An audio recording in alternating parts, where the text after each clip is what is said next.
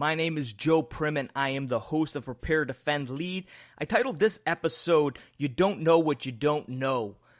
Since December, I have been peeling back the layers of the onion in a certain category in my life, and I want to share the lessons that I've learned and kind of where this came from because I think it might be able to help you as well. I'll catch you on the other side of the intro.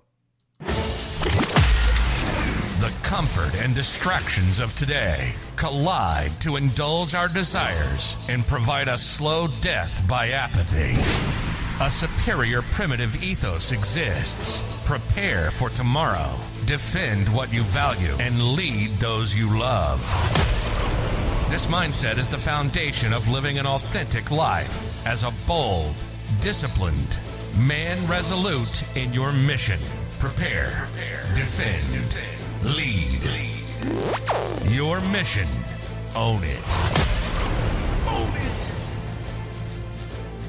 All right, guys, as always, great to be here. Thanks for listening to the podcast. If this is your first time listening, special welcome to you. Thank you for taking the time to check out this podcast. If you've been around for a while, thanks for coming back. As always, on every podcast you're going to listen to, I'm going to say the same exact three things. Please subscribe, please share, and please review this podcast if it has any value to you. Those three things can make all the difference in the world to getting this message out there, to getting the ideas out there of this mission to prepare, defend, and to lead, which are three ingredients, which are three principles that are missing in our modern times, no doubt. So if you could help me out in those three areas, you can also check out the website, Prepare.Defend.Lead.com.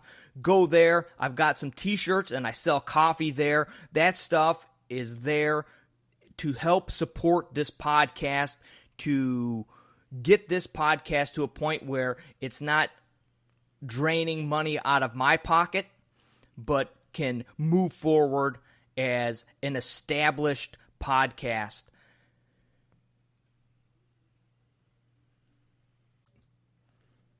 So on Christmas Day, 2020, I was hanging out with my dad and my son and my daughter too, and a few different things were occurring at that time. Lots of gifts were given. A lot of people had a lot of different new toys that they were playing with. But what I noticed, what stuck out to me, was an ingratitude for all the gifts that had just been given out. And this ingratitude that I noticed was from my own children. And my kids do have a good heart. My kids have a solid understanding of what gratitude means. But it bothered me.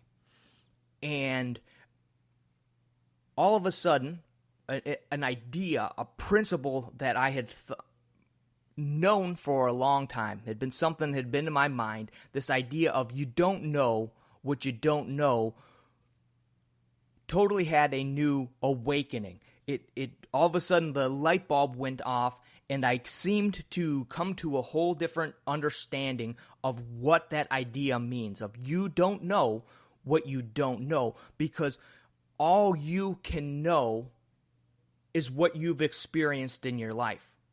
All you can know is what you've been told in your life, or what you've read, or what you've listened to. So to hold people to a standard that's different from what they are capable of understanding based on their experiences is, in reality, a little bit unfair. As I got a little frustrated with my son, and I looked at my dad and I said, "Dad, I think I get it." Because he was thinking the same thing I was thinking. I said, I don't think these guys, talking about my kids, are capable of understanding gratitude because they've never lived without. And all of a sudden that opened up threw before me, let's just say, an onion, right? And since December, I've been peeling back the layers of this onion to get a better understanding myself of what that concept really means, of you don't know what you don't know. Because there are two facets to that, if you follow it through to the end, is that, number one, you need to be very, very careful then how you judge other people and how you look at other people and the standard that you hold other people to, because they have not had the same experiences in their life as you have.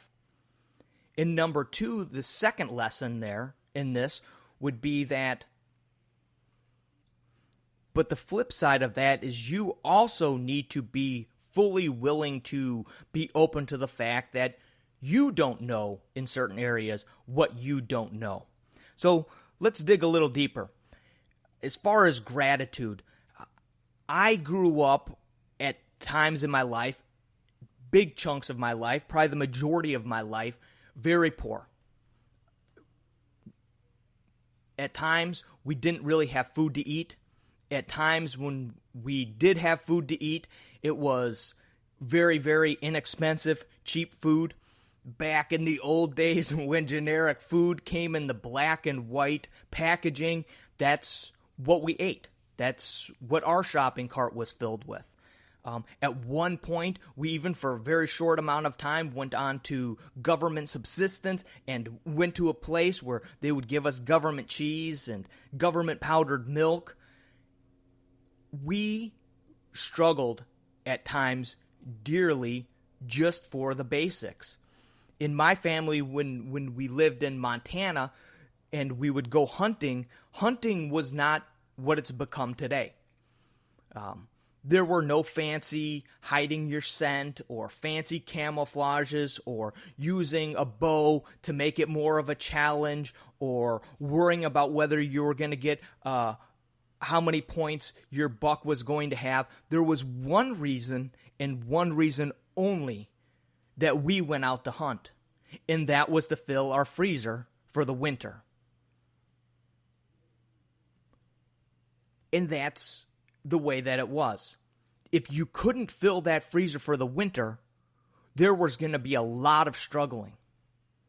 So in our families, we shared tags a lot. Everybody would purchase their tag, but if somebody could fill a tag for you, because they had an opportunity, the members of the family would fill that tag for you because, again, nobody went hunting for sport. Everybody went hunting for food, to eat, to make sure that you had something to sustain you till next year hunting season. There were years and years of my life where I never tasted beef at all, and that we lived in Montana and we never ate beef. We always ate venison.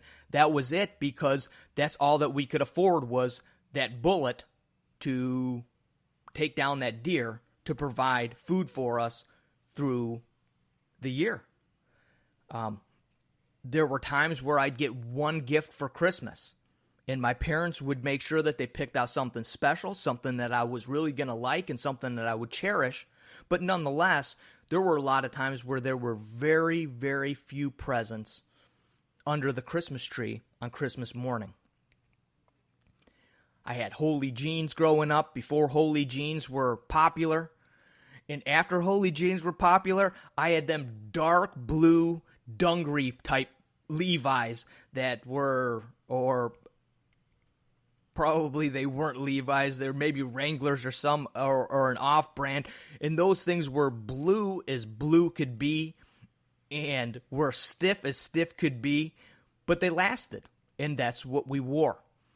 There were times where my shoes were detached from the soles, and you'd walk down the street with them flapping up and down as like a crocodile opening its mouth to eat. So there were times in my life where, or there were large chunks of my life where we lived with very, very, very little. The low point came after we left Montana. And we left Montana and we moved to Wisconsin for a short amount of time. And while we were in Wisconsin, we were homeless. We moved to Wisconsin where my dad had a job, but we had no home. And we couldn't find a home to rent. Nobody would rent to somebody with 3 children and a dog. So for 3 or 4 months, we lived in a borrowed pop-up trailer in a campground. 3 kids and a dog in the pop-up trailer. And every day, my mom would go to the payphone and go through the newspaper and call number after number looking for somebody that would rent to somebody with 3 children and a dog. Well, eventually it became obvious that we were never going to find anybody that would rent to somebody with 3 children and a dog. So we lost our dog. We gave our dog away to somebody, another friend of a friend of a friend, and we lost one more thing in our travels. And then, after another couple months of looking for a place to live, my mom got in contact with a guy, and she said, at this point we were getting desperate, right? It was getting to be late fall. We knew we couldn't stay in a campground through the winter. It had already been a struggle for many months of cooking in a pop-up and trying to live that crazy lifestyle of using the bathroom facilities there and eating outside on a picnic table every day, and the craziness that would be involved in that, and the stress levels on my parents.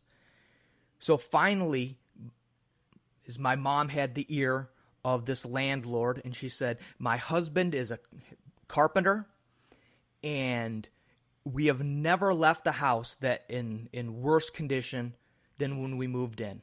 In fact, many, many times my husband has participated in doing additions or building new decks, but we will promise you that when we leave this house, that even though we have 3 children, the house will be in better condition when we leave than when we show up. And the guy said, that's very, very interesting. I have a proposition for you.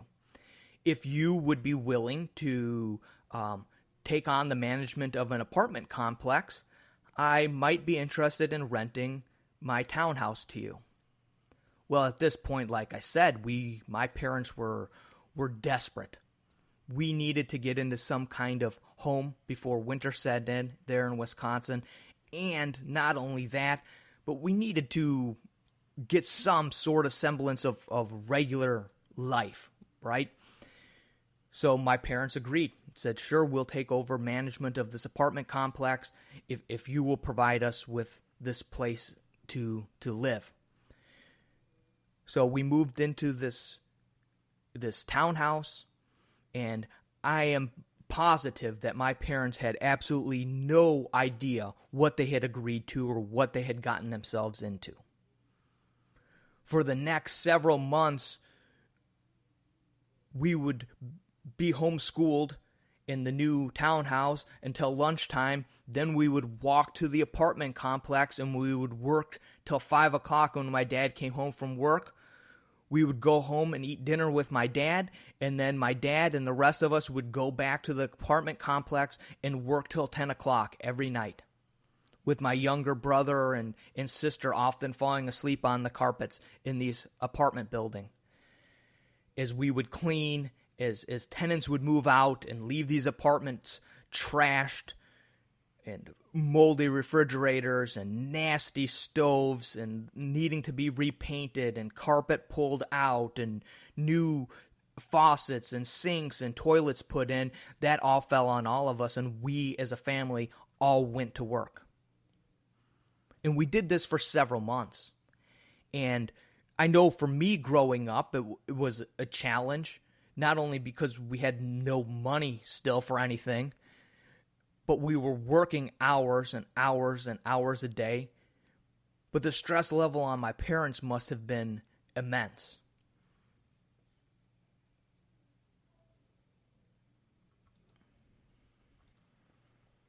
At times, we still joke with me and my brother and sister. We joke about the highlight of that time being an old Atari that we found in the dumpster at the apartment complex, and we found like 5 or 6 games, and we were so excited. And whenever we would have just a little bit of downtime, maybe dinner wrapped up quick before we had to go back to the apartment complex to work, that we would plug in this Atari and that we would be able to play Joust or Pong or some other kind of awful game for just a few minutes before we would all have to go back to work.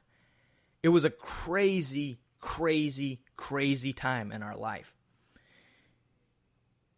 I don't say this and I don't talk about this and share this deep of a story with you to say, hey, look at me, or look where I've been compared to where you've been, or hey, look, I had this and you had that. But I'm saying this to share where I've come from so that you get a better understanding of why I have the gratitude that I have. You see, because I grew up that way, and other people might grow up that way and not come to the same conclusions in the same spot that I have, right? That's all about you don't know what you don't know.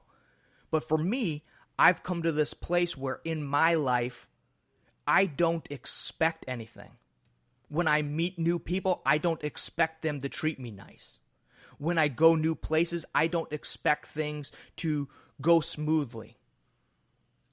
And because I don't have any sort of expectations when I go someplace, or if I do have any sort of expectations, they are totally tuned in towards being negative.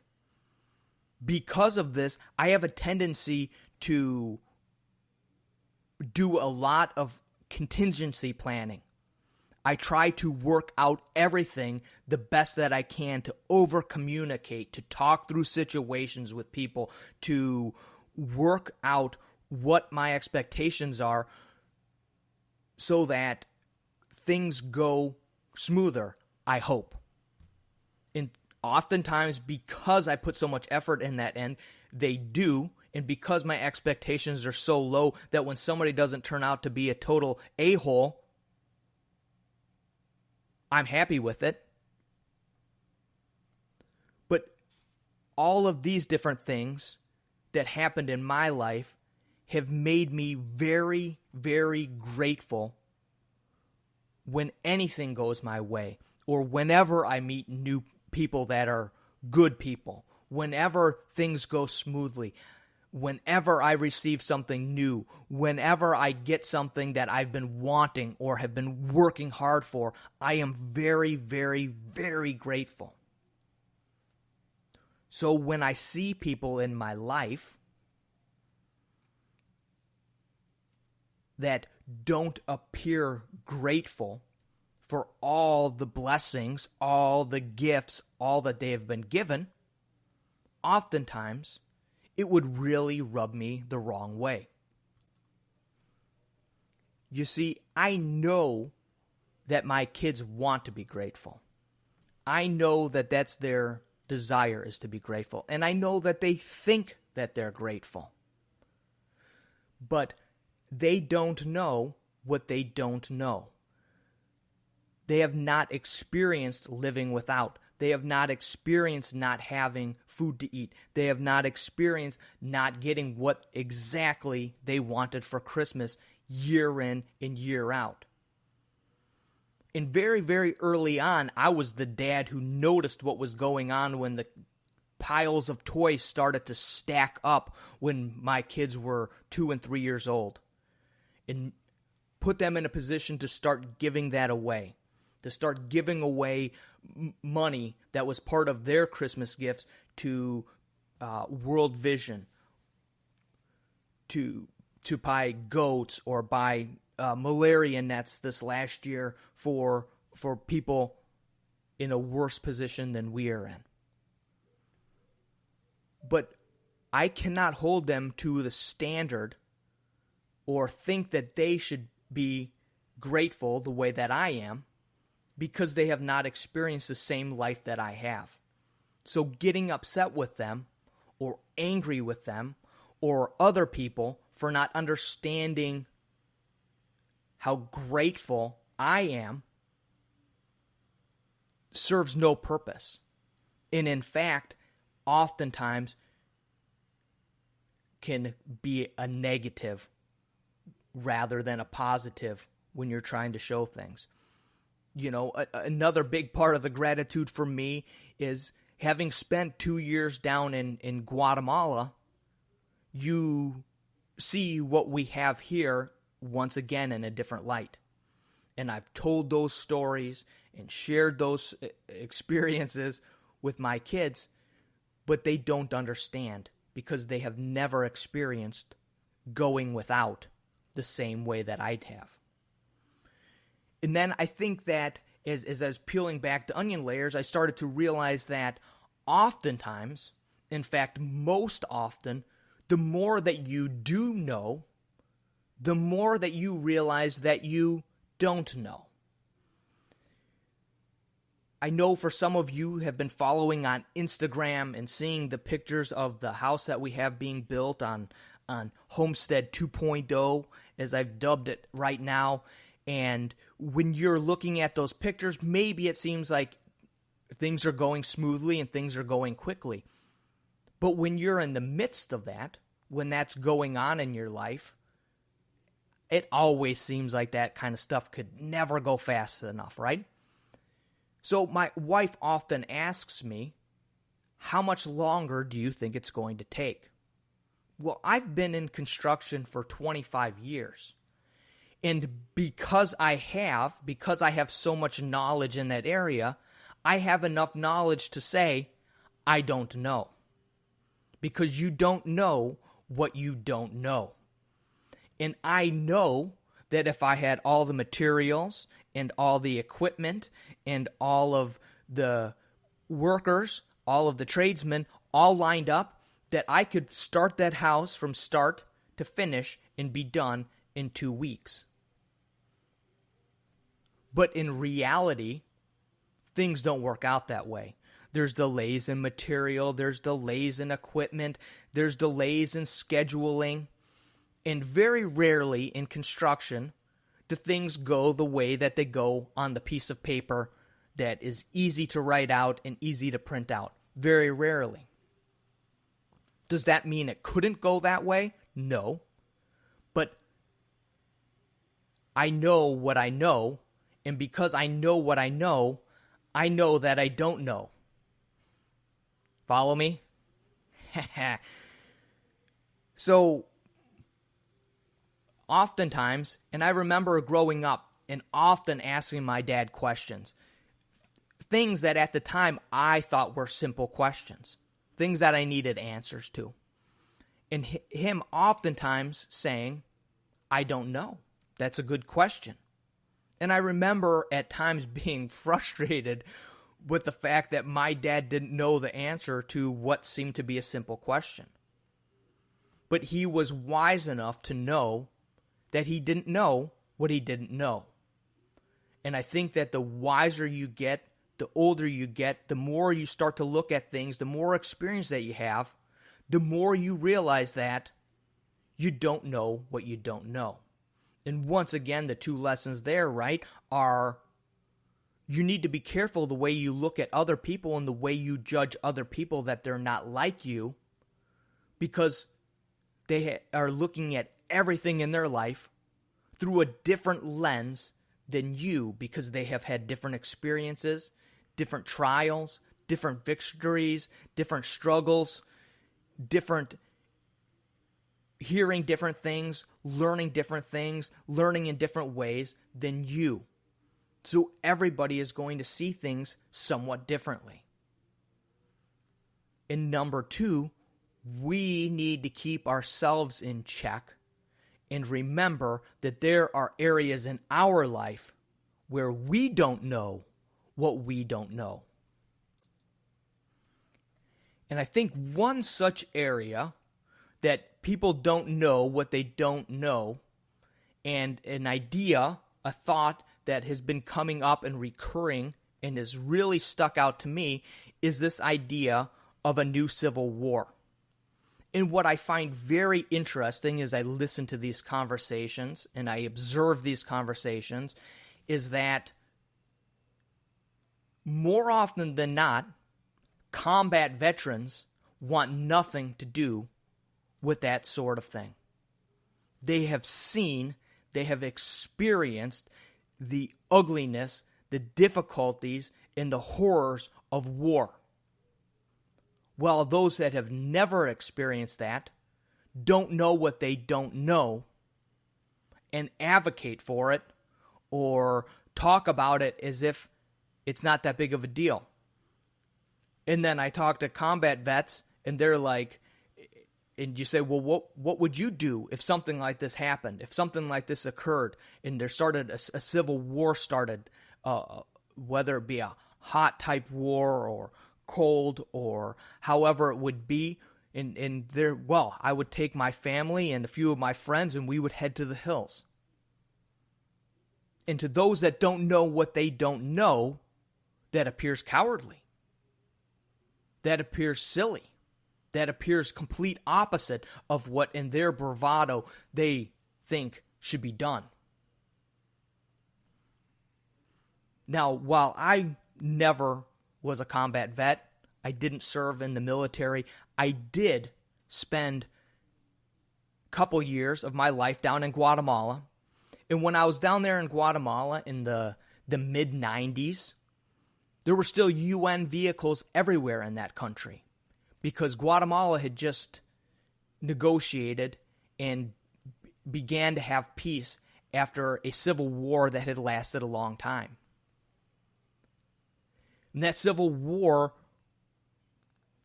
still, the scars of that civil war were still evident while I was there.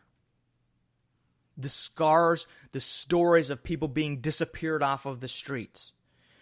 The stories of people being pulled off of the streets on certain days to be conscripted into the military. The stories of streets flowing with blood as massacres happened. And the experience myself of spending time in orphanages that were filled with children who no longer had parents as a result of that war. Now, I don't bring this up to say you're right in your belief or you're wrong in your belief. The reason why I'm bringing this up and the reason why I think this fits in this story, in this episode, is because it proves the point. You don't know what you don't know. And when you don't know what you don't know, you need to be very, very, very careful about what you advocate for, about what you think needs to be done, and about how you judge those who disagree. As I said from the very beginning of this episode, there were two lessons that we needed to learn. Two lessons that I am learning through this experience of peeling back the onion layers and seeing why in the world this idea, this concept of you don't know what you don't know, what it truly meant to me. And those two lessons, again, are this. Be very careful with how you judge others, because they have had very different life experiences than you have, and they don't know what you know. And number two,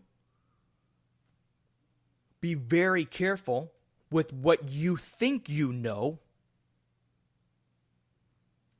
because depending on your life experiences, it's very likely that you don't know what you think you know.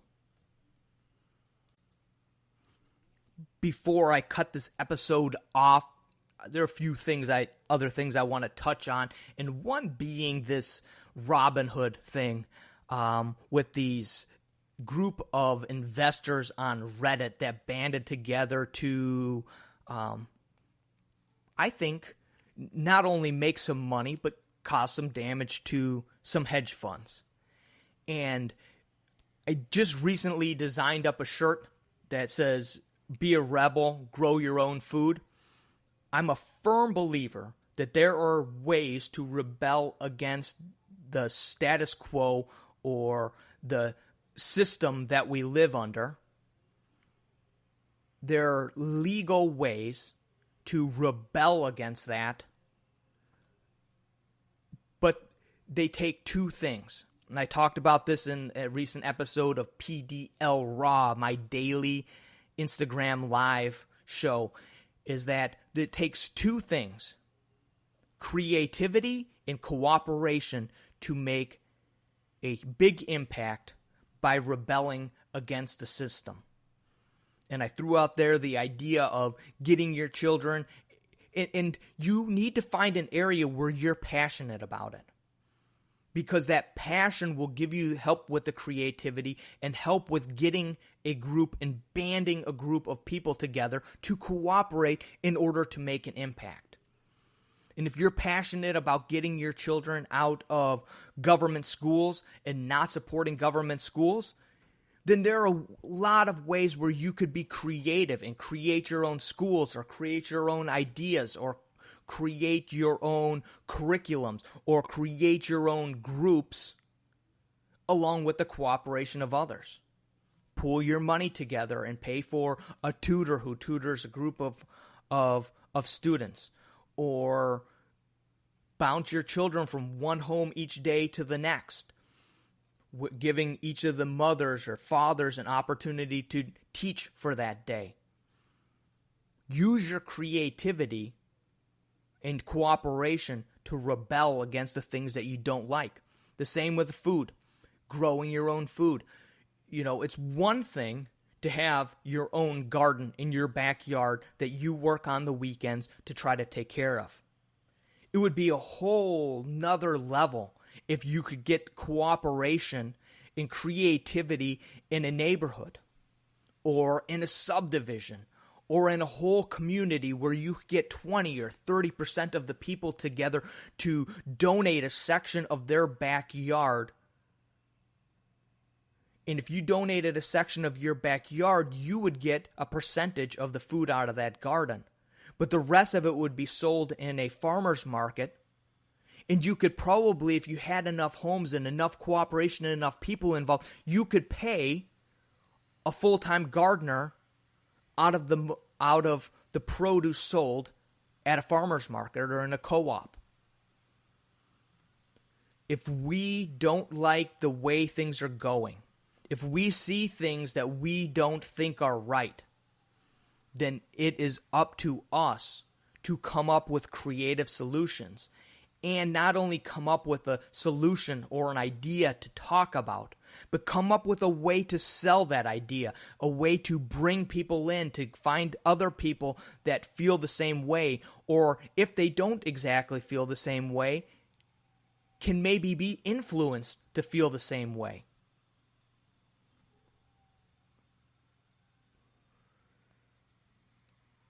So creativity and cooperation are, in my opinion, the keys for moving forward into the future. Having had that homestead in Illinois, I had a real focus at that time on self-reliance. I felt that self-reliance was the key in the direction that I wanted to go.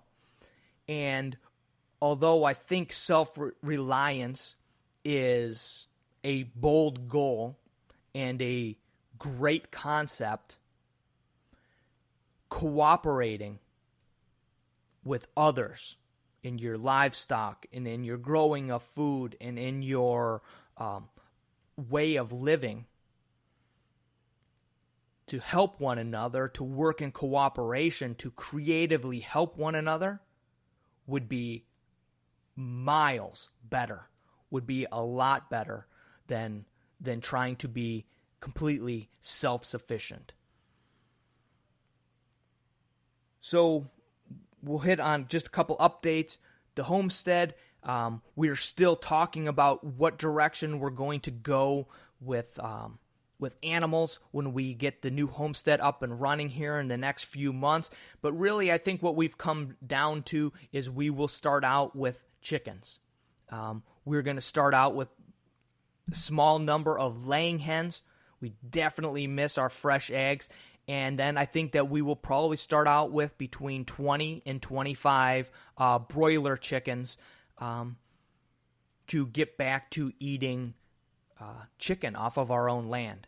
Because I'll tell you what, there is a tremendous difference between store-bought chicken, the taste of store-bought chicken, and the taste of the chickens that we were raising on our own property.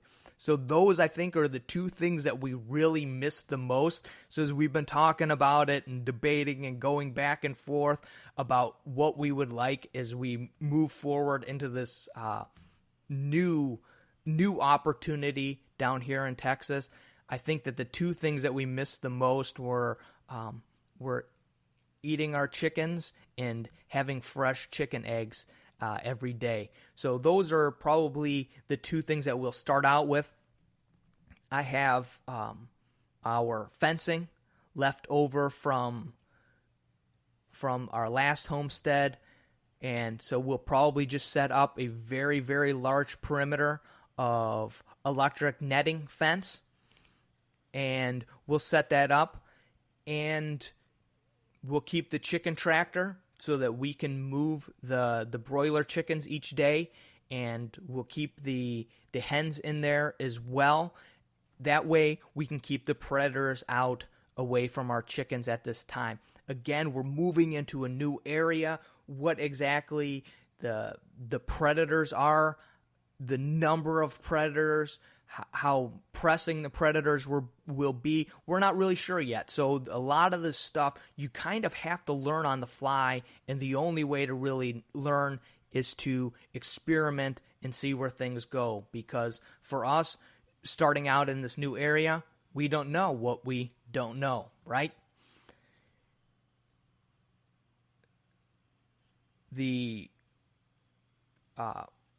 With the Prepare.Defend.Lead budget overland project, it continues to move forward. This next weekend, I'll probably be doing some maintenance work.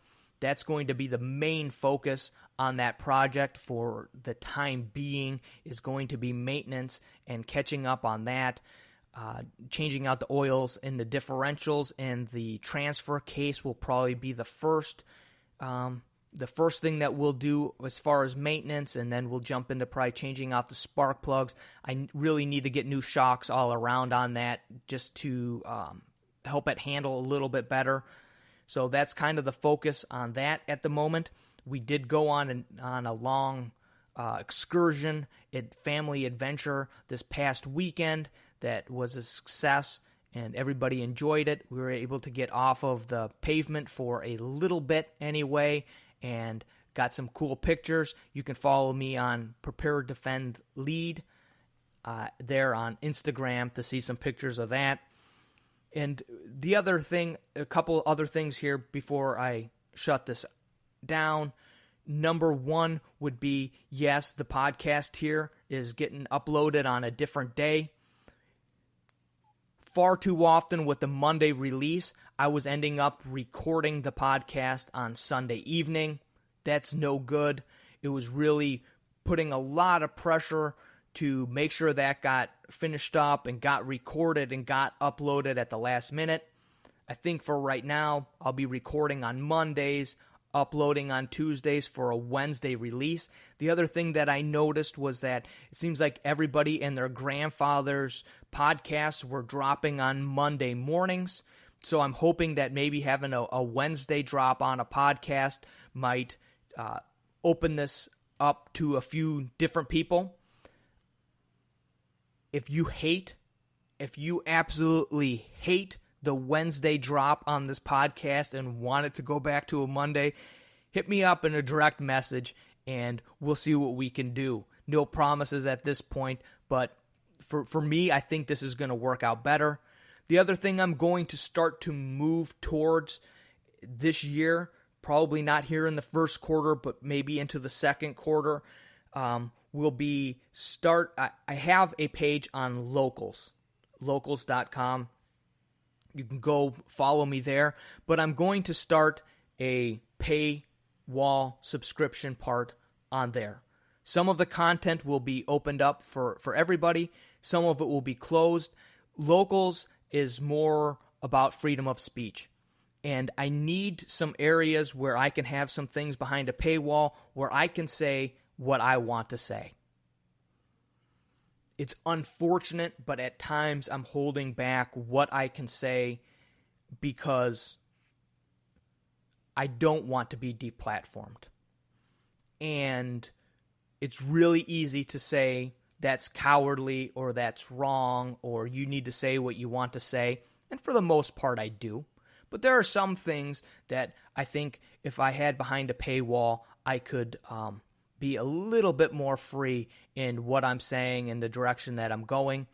It would also offers me the opportunity for those that want to support this podcast, that want to support this mission going forward, would give them an opportunity to have a few extra bonuses that would go along with being a part of that. Some extra programming and groups, products. I'm not exactly sure. Like I said, this is something that I'll be going towards, but I just want to give you a heads up. If some of you guys are interested in something like that, or you have some ideas or some thoughts on what would be a cool addition to or something that would really help draw you into being a part of that group and building a community there on Locals, let me know. That would also offer me, I think, a place where I could do a little bit more of like blog posting as far as what's going on with the PDL budget overland project, to show some pictures and some what work is going on and the different adventures and things like that, where you can show some pictures and have a little bit more of an area to write up a full story. These are just things I'm thinking through and working through. I'm throwing them out there to you as listeners to this podcast because I want you to be involved in what's going on here. At this time, right now, and this podcast is new and starting out, I want you guys that have been listening to this podcast for a while and you guys that enjoy what's going on here to become a bigger part of the direction that this podcast goes in.